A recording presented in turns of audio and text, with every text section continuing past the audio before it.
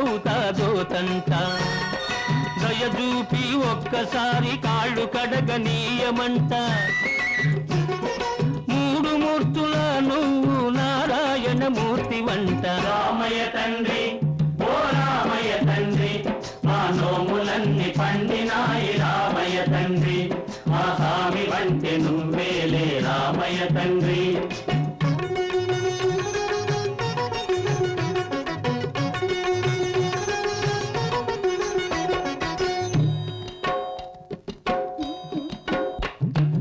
అందరినీ దరిచేర్చు మారాదువే